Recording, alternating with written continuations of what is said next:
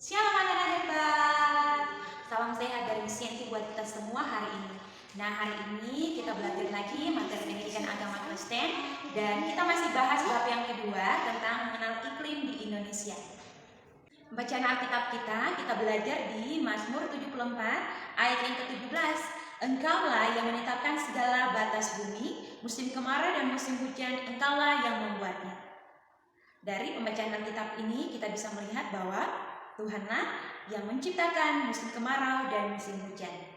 Nah, anak-anak hebat, kita kembali ke materi. Minggu kemarin kita sudah belajar arti dari iklim. Iklim adalah kondisi rata-rata cuaca yang mempengaruhi wilayah yang sangat luas dan dalam periode yang sangat lama.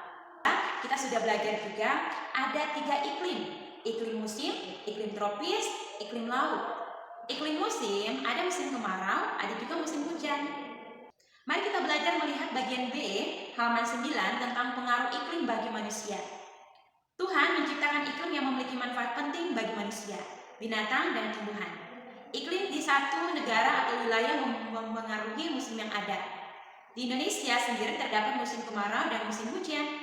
Kedua musim ini akan berpengaruh terhadap kehidupan manusia, makhluk hidup lainnya. Nah, anak-anak hebat, coba kita berpikir, seandainya hanya ada satu musim, mungkin akan terjadi bencana. Misalnya, hanya musim hujan saja. Hujan yang terus-menerus terjadi akan membuat volume air sungai naik. Bencana banjir akan terjadi. Tidak hanya itu, hujan yang berlangsung terus-menerus juga bisa menyebabkan tanah longsor. Cerita yang lain dapat kita pelajari di dalam Alkitab, yaitu cerita Nuh, di mana hujan terus-menerus turun. Tuhan menghukum bumi, segala isinya, hanya Nuh dan keluarganya yang selamat. Hujan turun selama 40 hari 40 malam tanpa henti. Dan peristiwa ini menyebabkan bumi dipenuhi oleh air. Binatang atau hewan, tumbuh-tumbuhan, dan manusia lainnya mati.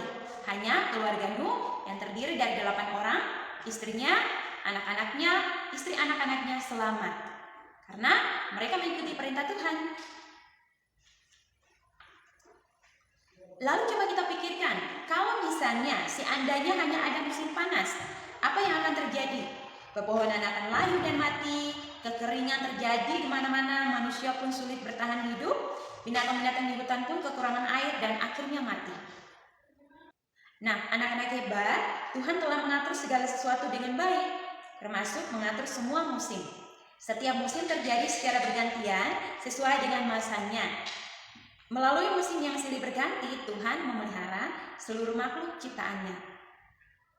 Jadi dari materi ini kita belajar bahwa tetap bersyukur dalam segala hal. Hujan, panas, Allah mengaturnya. Jadi tetap bersyukur ya, tidak boleh mengeluh. Nah, anak-anak hebat, tugas kalian lihat di halaman 10. Ada gambar 1. Gambar 1 itu seperti kue ya yang dijemur. Ya.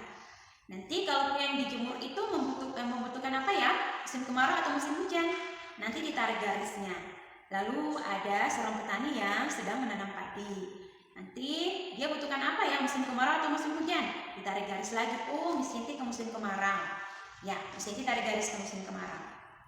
Lalu petani garam, dia butuhkan musim kemarau atau musim hujan?